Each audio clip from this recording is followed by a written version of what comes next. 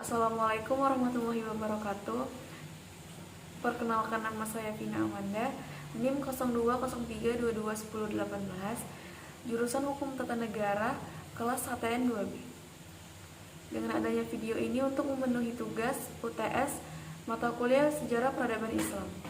Di video ini saya akan menceritakan kisah sahabat Nabi yang bernama Zubair bin Awam. Zubair bin Awam adalah salah satu sahabat Nabi dan salah satu dari 10 sahabat yang dijamin masuk surga oleh Nabi Muhammad. Zubair bin Awam dilahirkan di kota Makkah, Arab Saudi, dan berasal dari keluarga Quraisy. Ia tumbuh dalam lingkungan yang kaya dan dihormati di Makkah. Sebelum memeluk Islam, Zubair adalah seorang pedagang yang sukses dan memiliki kekayaan yang signifikan. Ia juga dikenal sebagai salah satu pedagang terkemuka di Mekah pada saat itu. Zubair bin Awam adalah salah satu dari sedikit orang yang memeluk Islam pada tahap awal penyampaian wahyu kepada Nabi Muhammad SAW. Ia adalah sepupu dari Nabi Muhammad karena ibunya Safiyah adalah saudara perempuan dari Abdul Muthalib, kakek dari Nabi Muhammad SAW. Oleh karena itu, hubungan keluarga ini membuat Zubair memiliki kedekatan khusus dengan Nabi Muhammad. Zubair bin Awam sangat mencintai dan setia kepada Nabi Muhammad. Ia berpartisipasi dalam banyak peristiwa dalam sejarah umat Islam.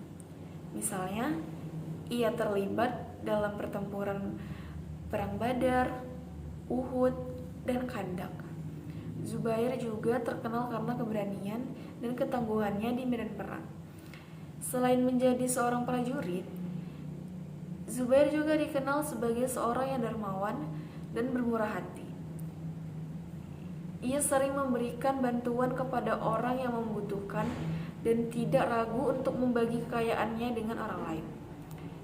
Zubair memiliki hubungan yang sangat dekat dengan Nabi Muhammad, dan Zubair juga terkenal karena kontribusinya dalam penyebaran Islam di luar Arab.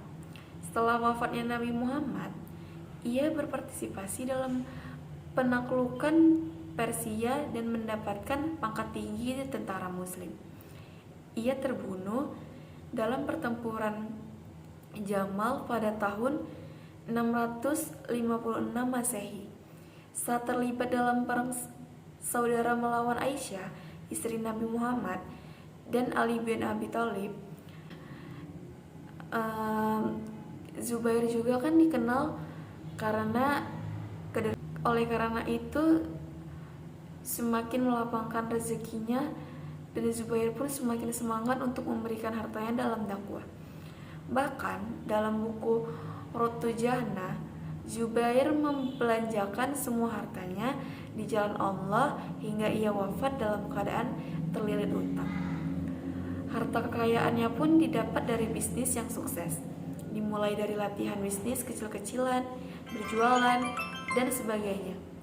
Dikisahkan dari salah satu seorang sahabat, seperti yang dikutip dari buku kisah terpuji Asmaul Husna, tentang kedermawanan Zubair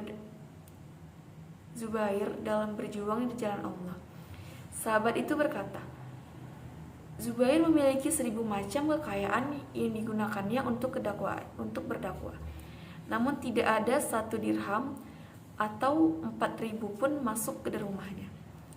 Selain kedermawanannya, kisah keberanian Zubair karena kecintaannya kepada Rasulullah dan Allah SAW pun tertuang dalam buku Rotu Jannah karya Robi Afrizal Saputra. Dikisahkan, pada saat usia Zubair masih sangat muda, ia pernah mendapat siksaan dari orang-orang Quraisy, tepatnya pamannya sendiri, yang memimpin penyiksaan tersebut. Ia disekap di dalam sebuah dedaunan lipatan tikar yang dipenuhi asap api dengan tujuan membuat napas Zubair menjadi sesak. Zubair bin Awam pun dipaksa untuk mengingkari Allah Subhanahu wa Ta'ala dengan kondisi tersiksa dan sesak.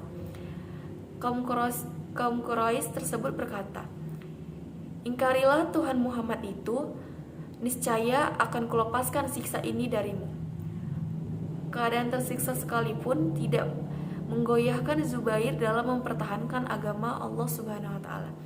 Ia pun menjawab dengan, "Tidak, demi Allah aku tidak akan kembali pada kekafiran itu untuk selama-lamanya." Pada peperangan Khandaq, seperti yang dikisahkan dalam buku 10 Sahabat Rasul, penghuni surga, dari kisah inilah dapat disimpulkan kesetiaan untuk mengawal Rasulullah dengan kedermawaan dan keteguhan Zubair bin Awam dalam membela Islam.